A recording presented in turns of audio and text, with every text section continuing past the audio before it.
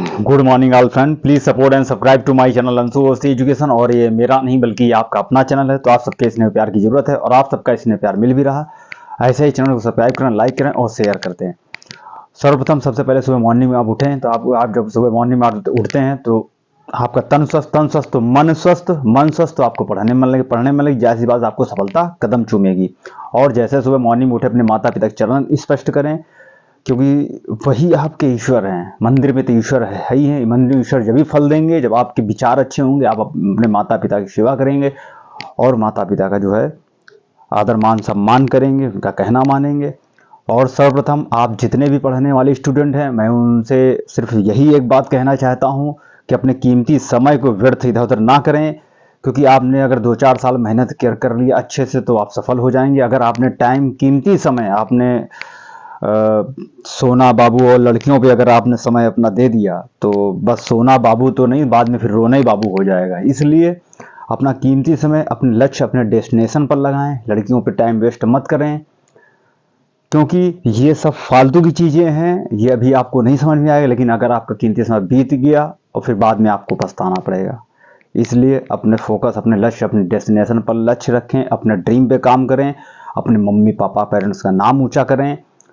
कोई माता पिता से ज़्यादा सच्चा प्रेम आपसे दुनिया में कोई नहीं कर सकता। इस बात को आप गांठ बांध करके रख लीजिए।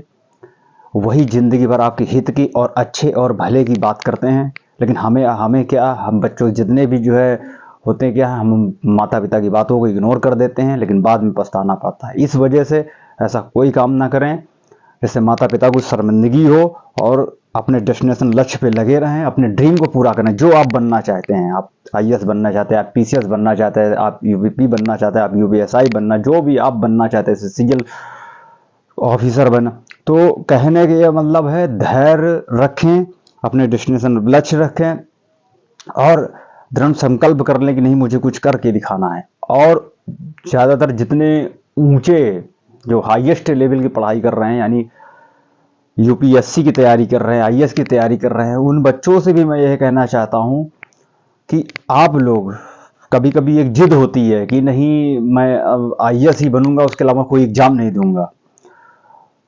तो ये आप क्या करते हैं, एग्जाम में लगे रहते हैं, बहुत मेहनत करते हैं। कभी कभी क्या होता है, मेहनत करने के बाद भाई उसमें भी एक अटेम्प्ट होता है कि जनरल की इतनी है, ओबीसी की इतने अटेम्प्ट बैठना है, एससी के इतने अटेम्प्ट बैठना है, तो आप एक अटेम्प्ट तक ही तो एग्जाम दे पाएंगे।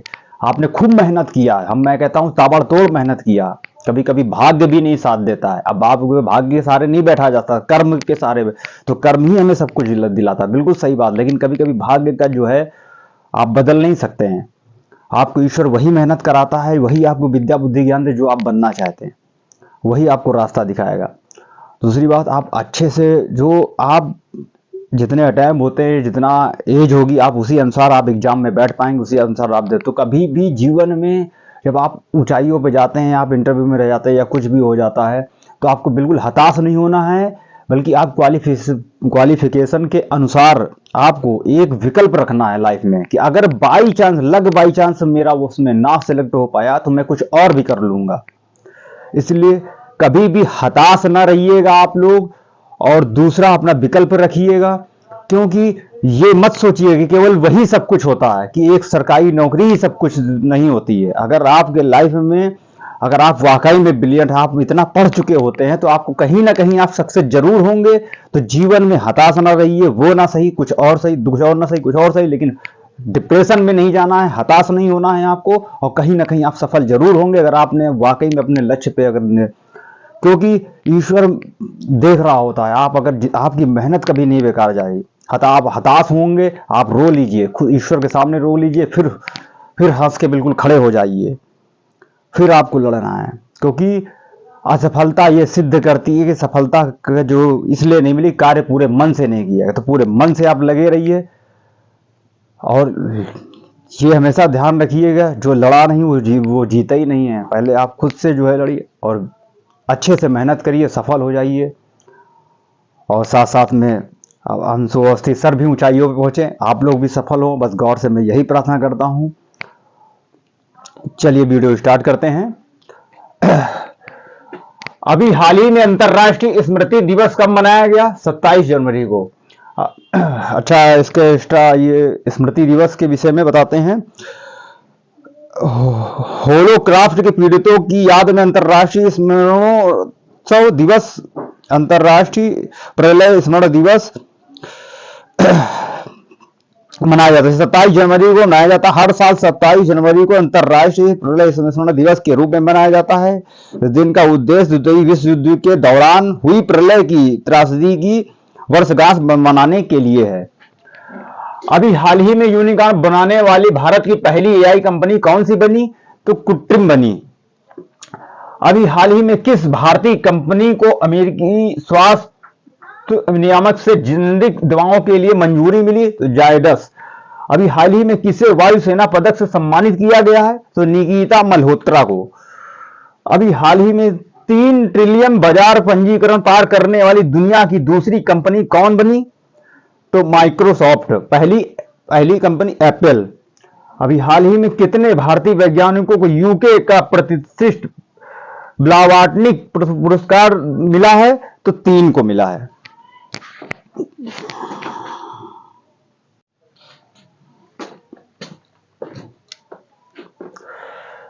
अभी हाल ही में खेल केंद्र के उद्घाटन के लिए किस राज्य सरकार ने अभिनव बिंद्रा के साथ साझेदारी की है? तो असम। अब असम की राजधानी दिसपुर। असम के मुख्यमंत्री हेमंता बिस्वा शर्मा। असम के गवर्नर गुलाब चंद कटारिया। अभी हाल ही में भारतीय सेना ने कहा इंडिया सेल्फी पॉइंट खोला है? तो जम्मू कश्मीर। अच्छा, जम्मू कश्मीर के गवर्नर कौन है? मनोज सिन्हा। अभी हाल ही में भारत और किस देश ने रक्षा औद्योगिक साझेदारी के लिए रोड मैप अपनाया है? तो फ्रांस। अभी हाल ही में हॉकी 5S महिला वर्ल्ड कप किसने जीता? तो नीदरलैंड। अभी हाल ही में 63वीं जियोलॉजिकल प्रोग्रामिंग बोर्ड की बैठक कहां आयोजित की गई है? तो भोपाल में आयोजित की गई है।